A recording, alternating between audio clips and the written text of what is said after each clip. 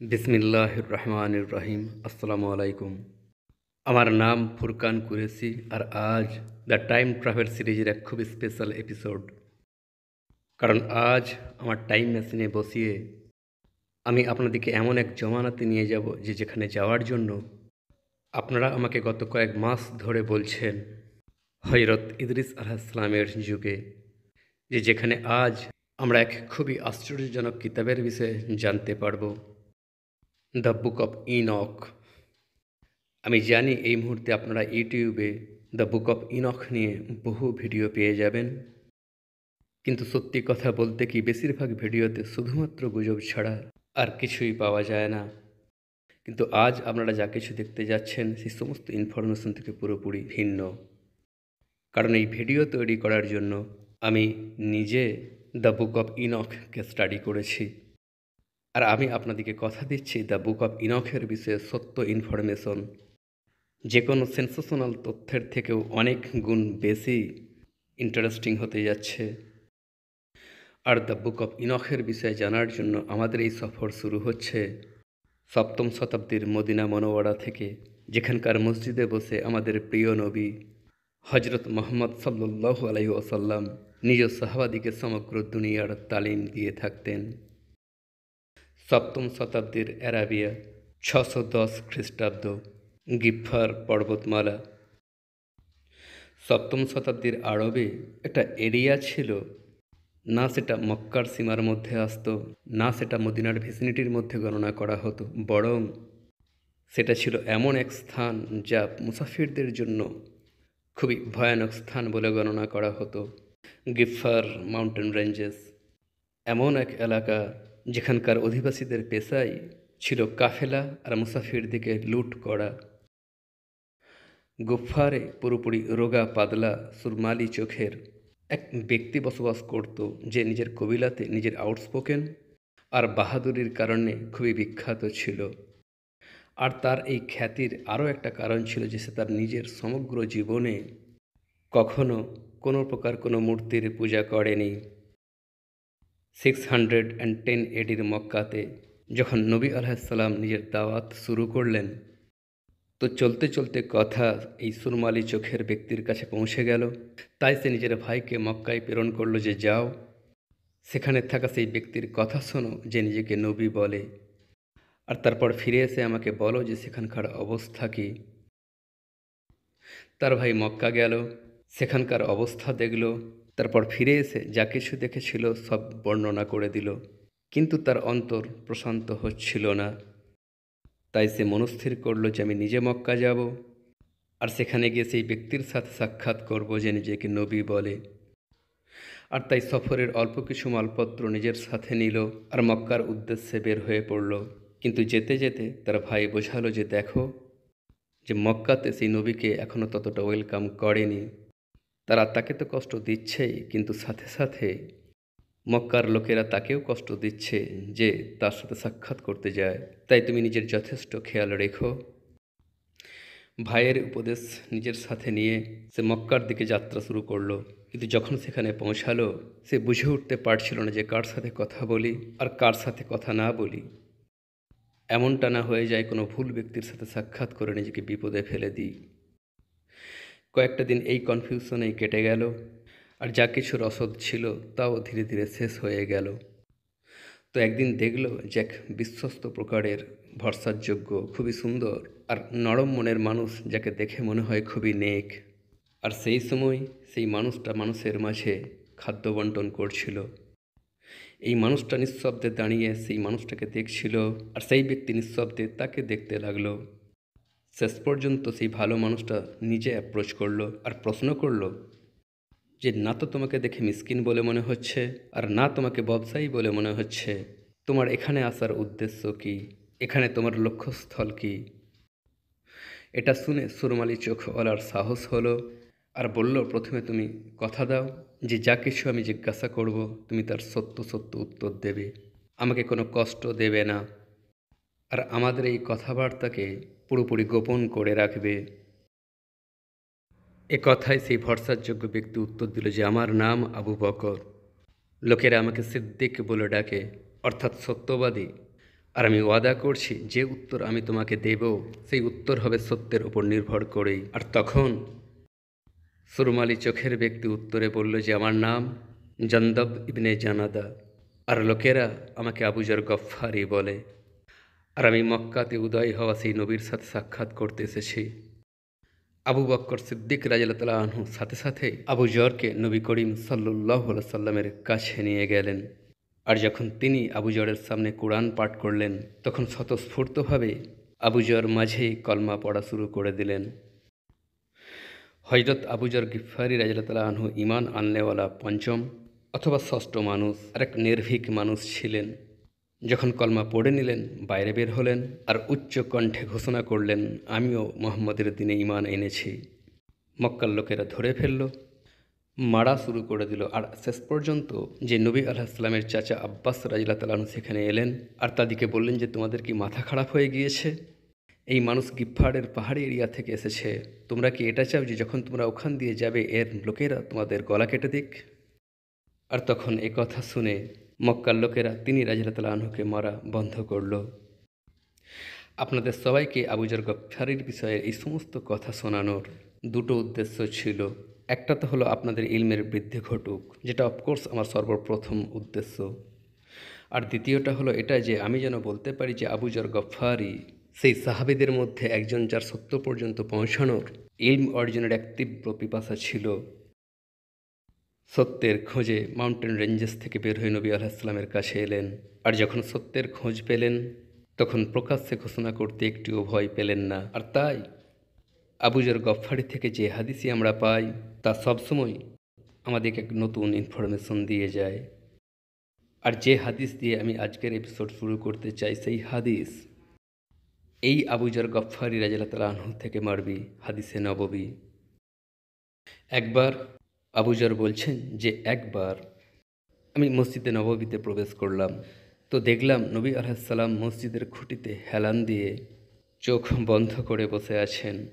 তো আমি মনে মনে ভাবলাম আজ তো তিনি সাল্লাল্লাহু আলাইহি সাল্লাম একলা আছেন, তাই আজ আমি ওনাকে সেই সমস্ত প্রশ্ন করব যা শৈশব থেকে আজ পর্যন্ত আমার অন্তরের ভিতরে রয়ে গিয়েছে। আর তখন আবু জর গফফারি আর নবী করিম আলাইহিস সালামের মাঝে এমন এক সুন্দর আর লম্বা কনভারসেশন হলো যা আজ ইবনে মরদয়ার 3টে পাতায় লেখা আছে।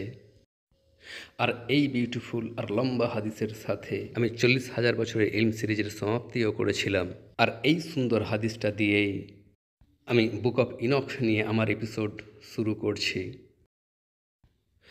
আবু জর বলছেন যে আমি নবী আলাইহিসসালামকে বললাম যে ইয়া রাসূলুল্লাহ সাল্লাল্লাহু আলাইহি ওয়াসাল্লাম, আজ পর্যন্ত কতজন নবী এসেছেন? তিনি আলাইহিসসালাম বললেন যে আদমের পর 1,24,000 আম্বিয়া। আমি প্রশ্ন করলাম ইয়া রাসূলুল্লাহ, আদমও কি একজন নবী ছিলেন? তিনি বললেন যে হ্যাঁ, আদম সেই 4জন নবীর মধ্যে একজন যারা সুরিয়ানি ল্যাঙ্গুয়েজে কথা বলতেন। সুরিয়ানি অর্থাৎ সিরিয়াক ল্যাঙ্গুয়েজ।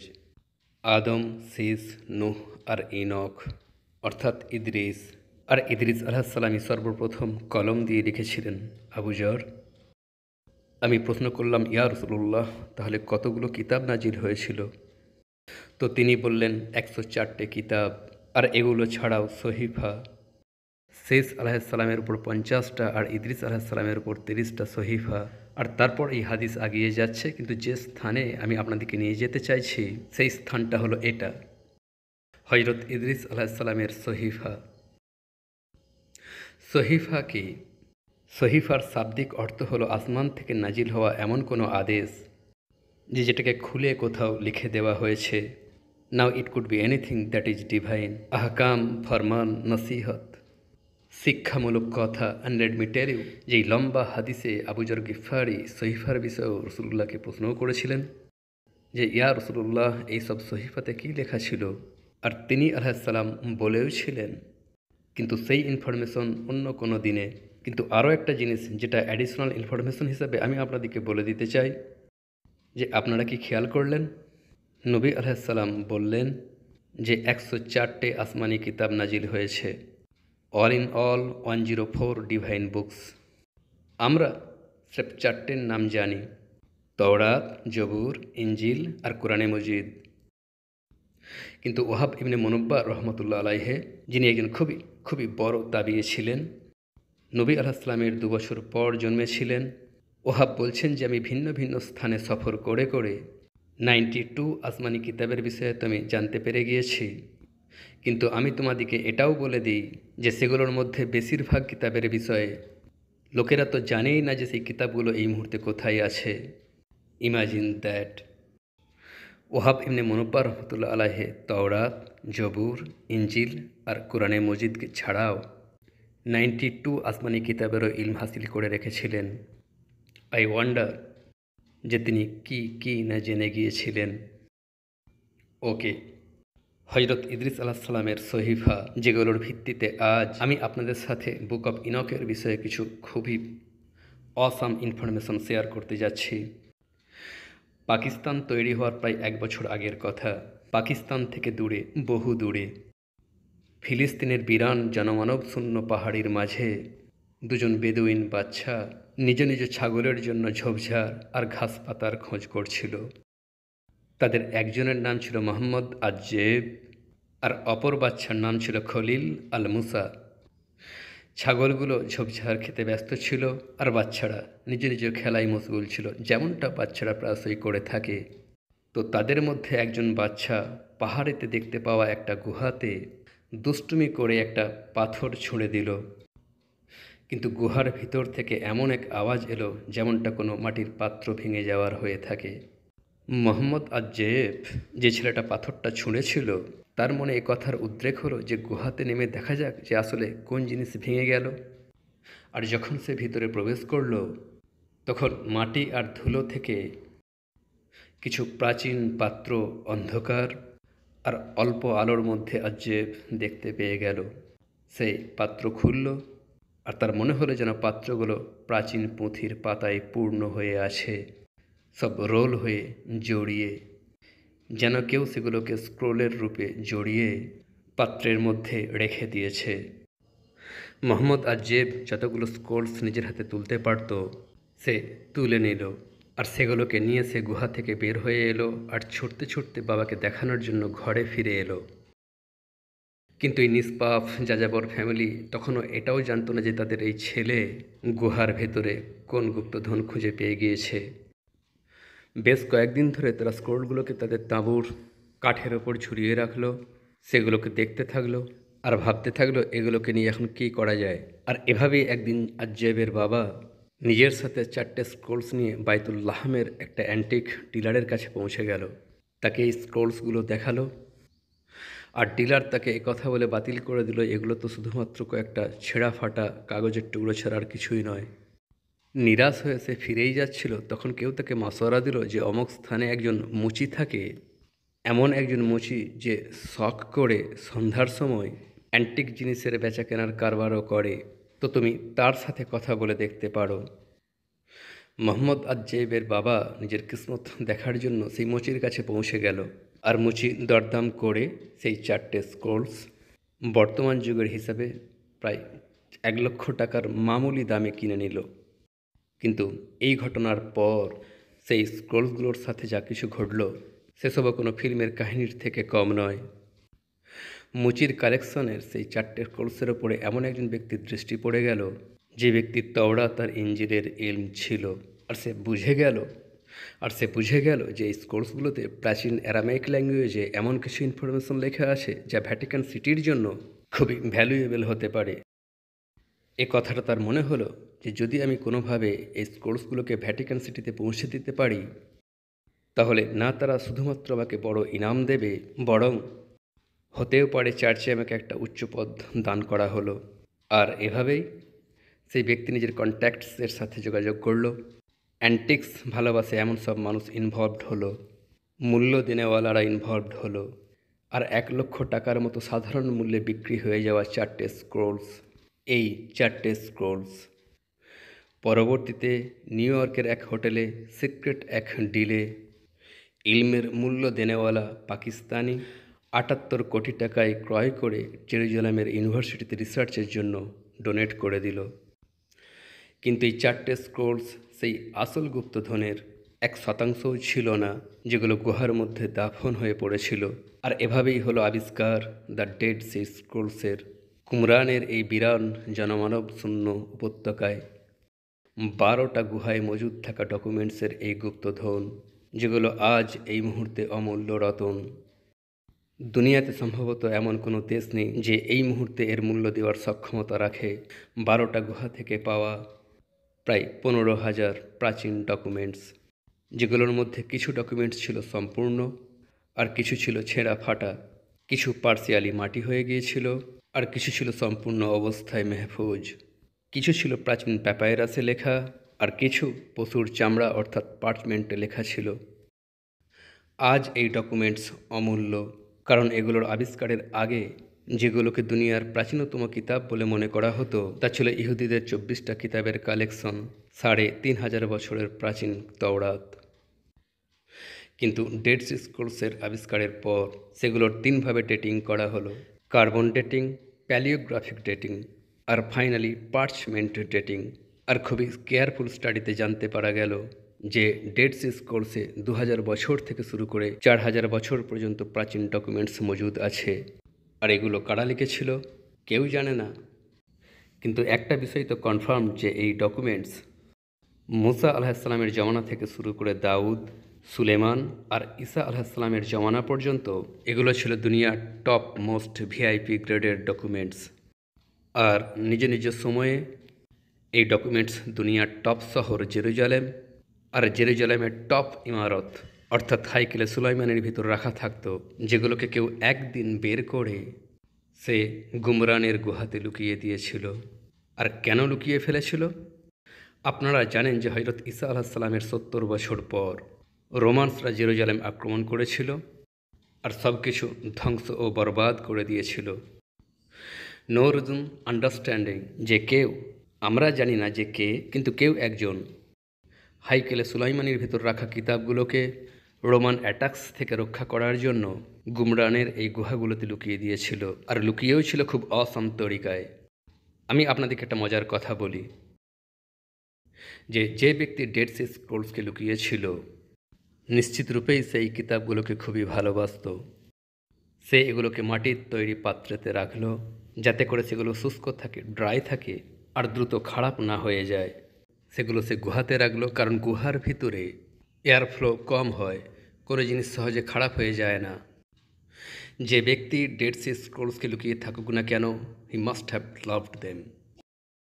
নিশ্চিত রূপেই সেই কিতাবগুলোকে খুবই ভালোবেসে থাকবে, আর আমি তার এই আবেগকে খুবই গভীরতায় গিয়ে অনুভব করতে পারি।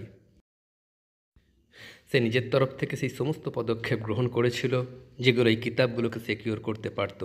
আর এখান থেকেই বুঝে যান যে যখন এই স্ক্রোলগুলোকে গুহা থেকে বের করে রিসার্চ ল্যাবরেটরিতে পৌঁছানো হলো, তো গুহা থেকে বের হয়েই এই ডকুমেন্টসগুলো অতি দ্রুততায় খারাপ হয়ে যেতে শুরু করলো, ভেঙে যেতে লাগলো, টুকরো হয়ে যেতে শুরু করলো। কিন্তু দেন এগেন ইলমকে ভালোবাসনে ওলারা নিজ সময়ের সর্বোত্তম টেকনোলজিকে কাজে লাগিয়ে সেগুলোকে আবারও প্রিজার্ভ করার চেষ্টা করলো, সেগুলোকে এয়ারটাইট কেসেসে রেখে দিল। খারাপ আর টিকে হয়ে যাওয়ার কারণে কিছু স্ক্রোলস পড়া সম্ভব হয়ে উঠছিল না, আর তখন নাসার জেট প্রপালশন সংস্থা সামনে এগিয়ে এলো, আর তারা সেই টেকনোলজি অফার করলো যা মহাকাশে গ্রহগুলোকে স্টাডি করতে কাজে লাগানো হয়, ইনফ্রারেড রিডিং টেকনোলজি, যাতে স্ক্রোলস থেকে উঠে যাওয়া লেখা আরও একবার স্পষ্ট হয়ে সামনে চলে এলো। আর এই স্ক্রোল তারই একটা এক্সাম্পল। যে স্ক্রোল আপাতদৃষ্টিতে মুছে গিয়েছিল, ইনফ্রারেড রিডিংয়ের কারণে মুছে যাওয়া লেখা আবারও পড়া সম্ভব হয়ে গেল। আর জানা গেল যে এতে লেখা আছে যে সে নুহের বলা কথা নিজের কাছে লিখে নিল। এই বাক্য, এই ফ্র্যাগমেন্টে, এই টুকরোতে লেখা আছে, আমি নিজেও ইলমকে খুব ভালোবাসি, আর যে ইলমকে সিকিউর করে, তা অপরের জন্য সংরক্ষণ করে, আমার অন্তরে ন্যাচারালি তার জন্য সীমাহীন ভালোবাসার জন্ম হয়। আর আমার অন্তরে কোথাও না কোথাও আমার কৃতজ্ঞতা প্রকাশ করি সেই সমস্ত মানুষদের প্রতি যাদেরকে আমি আর আপনারা জানিও না। সেই সব মানুষেরা এই প্রাচীন ইলমকে প্রিজার্ভ করে ফেলল, এটাকে সিকিউর করে দিল, আর তা ধ্বংস হওয়া থেকে রক্ষা করলো। আমি আপনাদেরকে বললাম যে ডেড সি স্ক্রোলস কে লিখেছিল, এটা জানতে পারা মুশকিল, কিন্তু গত 78 বছরে অসংখ্য আর্কিওলজিস্ট স্কোর্সের ওপরে রিসার্চ করেছে, আর জানতে পারা গেছে যে এই 15,000 স্কোর্সে সর্বমোট 981 কিতাব তৈরি হয়। আর যেগুলোতে বলা বেশিরভাগ কথা সব নয়, কিন্তু বেশিরভাগ কথা হলো সেগুলো যেগুলো তওরাত, বাইবেল আর কুরআন তিনটেতেই পাওয়া যায় এক্স্যাক্টলি সেই একই কথা। পার্সোনালি এই ভিডিওর প্রয়োজনে আমি ডেড সি স্ক্রোলসকে খুবই পরিশ্রমে স্টাডি করেছিলাম। আর এটা জানতে পারা গেল যে ডেড সি স্ক্রোলস থেকে পাওয়া আসমানি ইনফরমেশন আর অন্যান্য ইলহামি কিতাবে পাওয়া আসমানি ইনফরমেশনে স্রেফ 53 শব্দের অমিল। আর সেই 53 শব্দও এমন যে শুধুমাত্র স্পেলিংয়ের ডিফারেন্স, কথার সেন্স পুরোপুরি এক। তারপর স্রেফ 4টে বাক্য এমন যার মধ্যে পাংচুয়েশনের পার্থক্য, অর্থাৎ কথা সেই ইলহামি কিতাবেরই হচ্ছে, কিন্তু বাস শুধু কোথাও ফুলস্টপের তফাৎ আর কোথাও কলম। স্রেফ 3টে বাক্য এমন আছে যেখানে স্রেফ এক আধটা শব্দের অ্যাডিশন আছে, কিন্তু বাকি সমস্ত কথা অক্ষরে সেটাই হচ্ছে। আর এইভাবে ডেড সি স্ক্রোলসকে সর্বমোট 981টা কিতাবে ডিভাইড করা হয়েছে, যেগুলোর মধ্যে স্রেফ একটা কিতাবের নাম হলো দ্য বুক অফ ইনক। এমন এক কিতাব যেটাকে মনে হয় যে তা ইনক অর্থাৎ হজরত ইদ্রিস আলাইহিসসালামের কোনো সহিফার তালিমাতের ওপর বেস করে লেখা হয়েছিল। আর এখান থেকে শুরু হচ্ছে এই এপিসোডের সম্ভবত সবচেয়ে ইন্টারেস্টিং অংশ। এই কিতাবের শুরুতে ইনক অর্থাৎ হজরত ইদ্রিস আলাইহিসসালামের একটা পরিচয় আছে, যে তিনি এক খুবই নেক অন্তরের মানুষ ছিলেন, যার চক্ষুদ্বয়কে খোদা খুলে দিয়েছিলেন।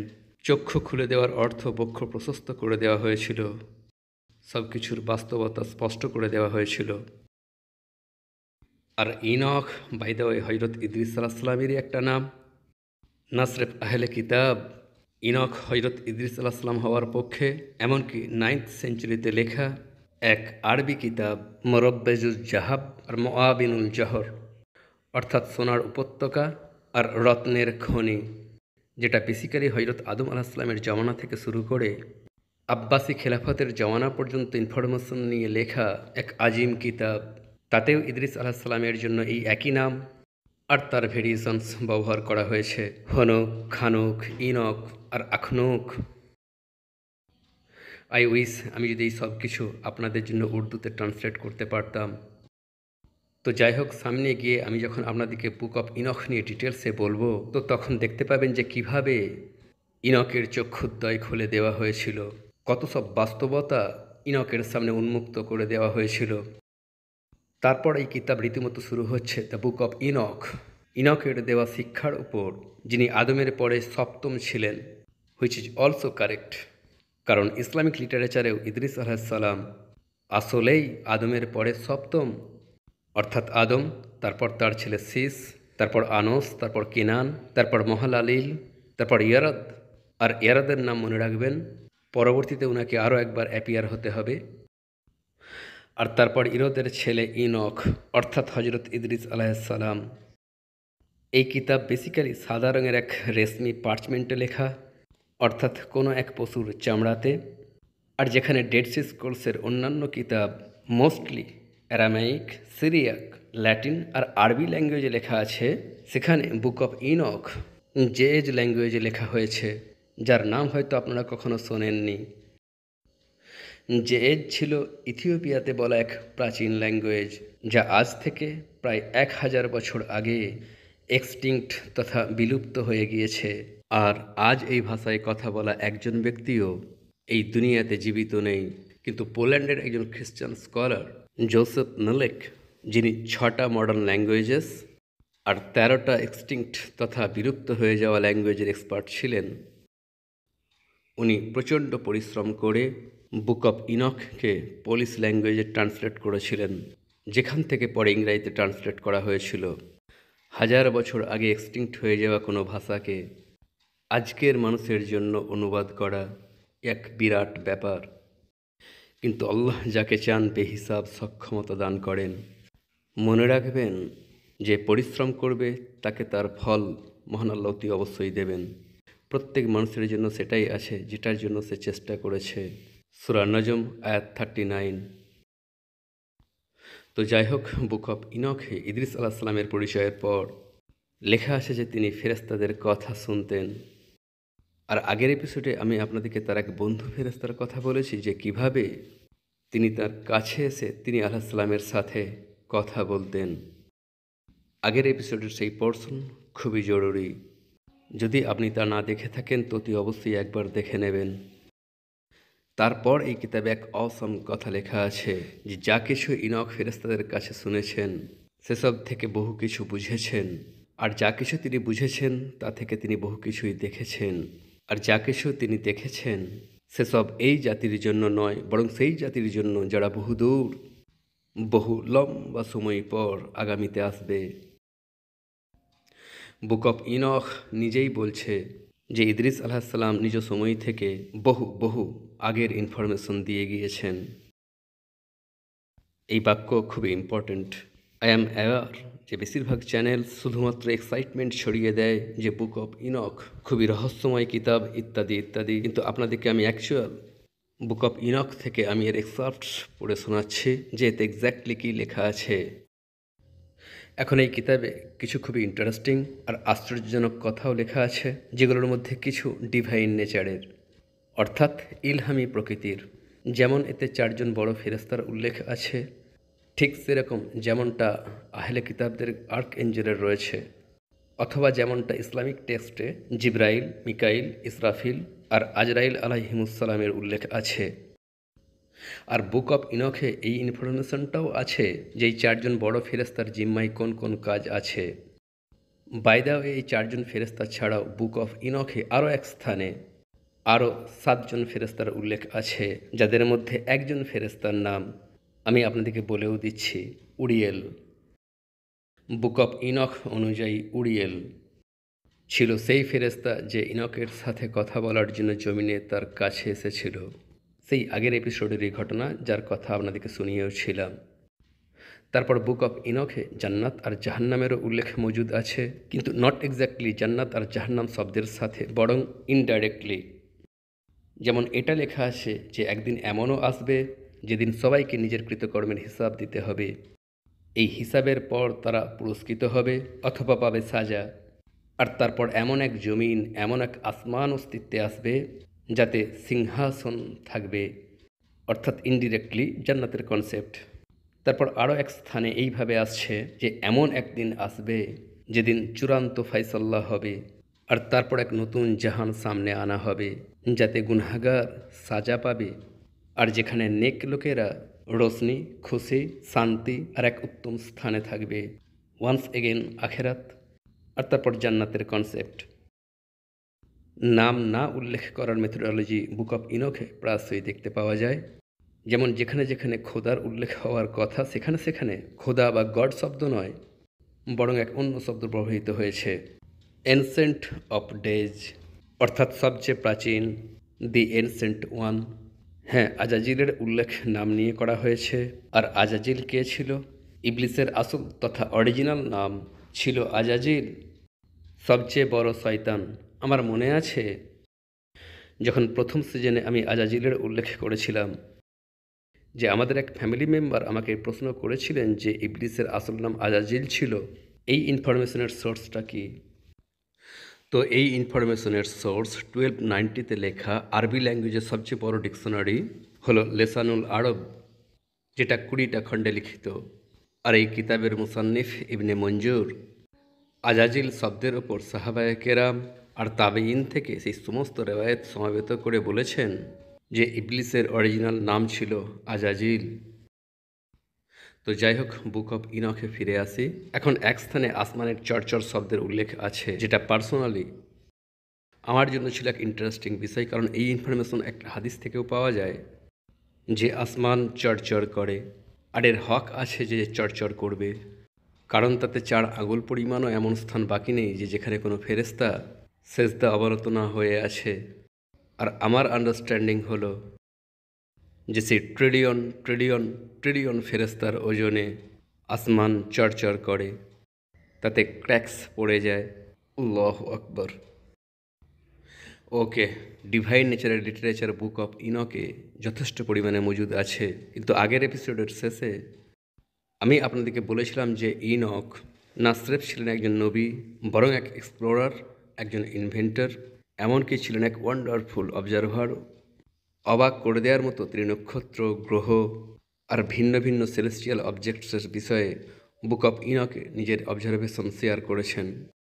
যেমন তিনি আসমানে থাকা সেতারার বিষয়ে বলছেন যে কিছু সেতারা প্রতি মুহূর্তে নিজের রাস্তায় ছুটে চলছে, কিন্তু কিছু সেতারা কখনোই মুভ করে না, বরং সর্বসময় একটা স্থানে ফিক্সড থাকে। আর এটাও ইনক্রেডিবলি কারেক্ট, যেমন নর্থ স্টার বা পোলার স্টার, যে সব সময় নিজের স্থানে স্থির থাকে।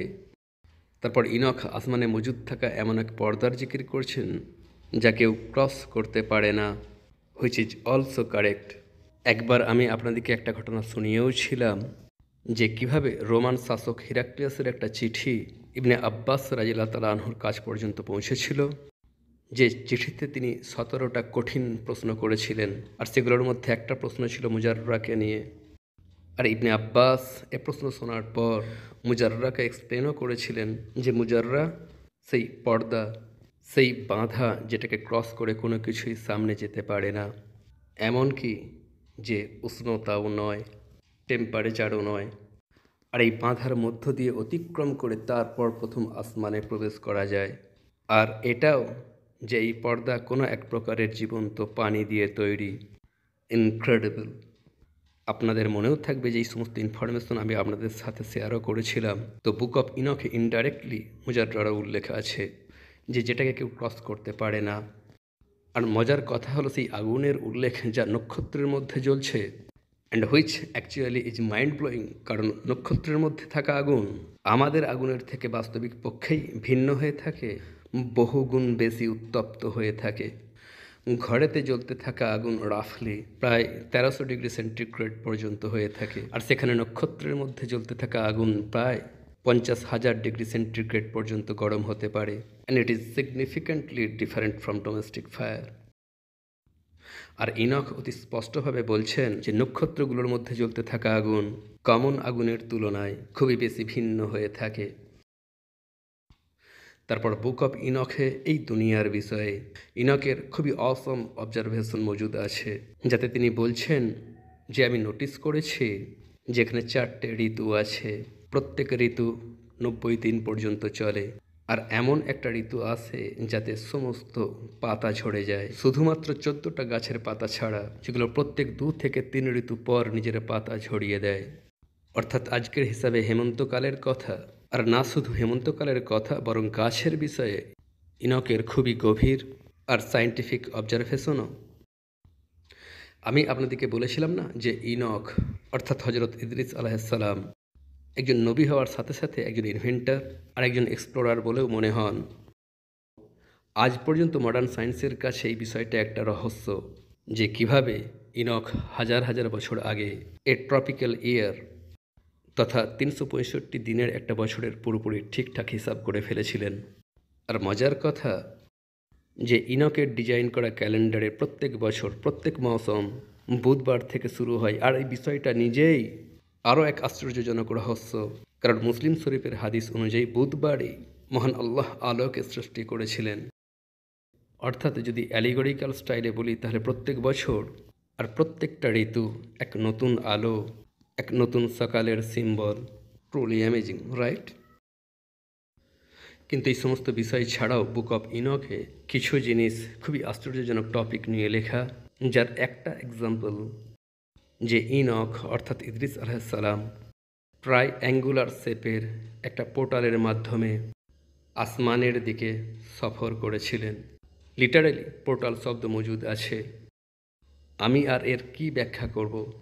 আর ইদ্রিস আলাইহিসসালাম নিজের বন্ধু ফেরেশতার সাথে আসমানের দিকে কিভাবে সফর করেছিলেন, ইবনে আবি হাতিমের তফসিরে আসা সেই সম্পূর্ণ ঘটনা আগের এপিসোডে আমি আপনাদের সাথে শেয়ার করেও ছিলাম।